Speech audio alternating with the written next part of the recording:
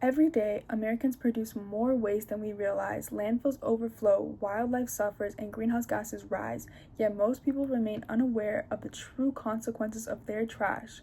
Americans generate over 4.5 pounds of waste per person each and every day, much of which ends up in landfills or polluting ecosystems, and that's according to the EPA National Overview. This leads to landfill methane emissions, and those are a major contributor to climate change and are often underreported.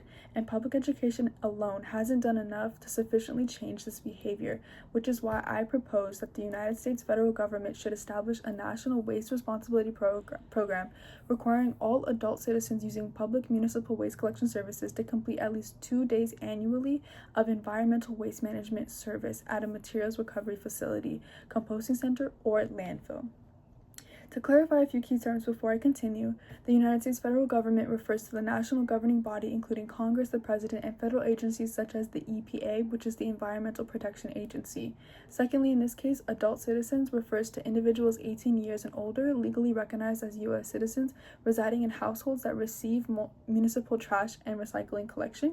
And lastly, environmental waste management service is referring to a hands-on participation at a landfill materials recovery facility, which is an MRF, or composting center, and is required to learn proper disposal habits to reduce contamination, protect wildlife, and mitigate environmental harm.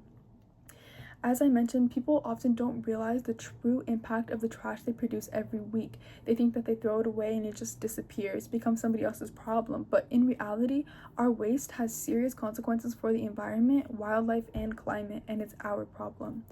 One of the largest landfills in the U.S., in California, was so massive that it grew into a 500-foot mountain of trash that's taller than the Statue of Liberty, that's taller than the Great Pyramid of Giza, and that's taller than the Capitol Dome, and that's taller than all three stacked on each other as well.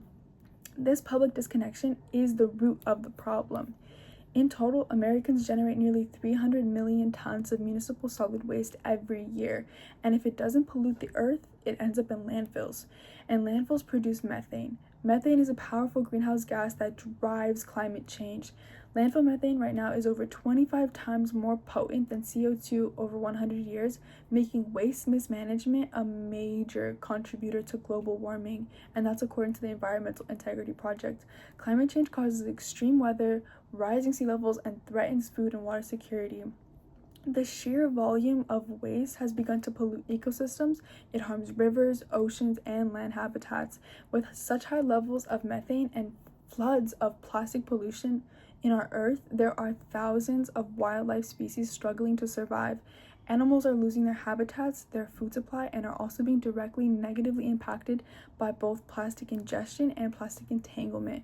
Our ecosystem is taking a heavy hit due to our waste, and as a part of that ecosystem, we can expect our food supply and our habitats to be disrupted. These harms are serious, widespread, and growing. If we don't act, both human and animal communities will undoubtedly face worsening consequences. To combat this threat, the plan begins with a mandate. The mandate is that all adult citizens in households with municipal waste collection must complete 2 6-hour days of service per year at either a landfill, a composting center, or MRF. It's similar to jury duty in the way that there will be civic duty compensation, submitted proof of verification, and exceptions made for medical or hardship reasons. It will be funded through the EPA, and non-compliance will result in modest civil fines or alternatives in exceptional circumstances. By putting an end to harmful practices that guide climate change, we will 1. Reduce environmental harm and recycling contamination. With this plan, citizens participating in hands-on waste management are going to learn proper sorting and disposal practices, which will reduce contamination in recycling streams. And less contamination means less landfill overflow, which means lowering the methane emissions and prevents waste from entering natural ecosystems. And secondly, it will increase environmental literacy and behavior change. Individuals consume less, recycle properly, and advocate for sustainable policies. A better informed public creates a systematic improvement in waste management, reducing the long-term environmental footprint. Right now, current laws and policies do not require citizen participation in waste management. All education and recycling programs are voluntary. Voluntary programs alone have been ineffective at changing public behavior.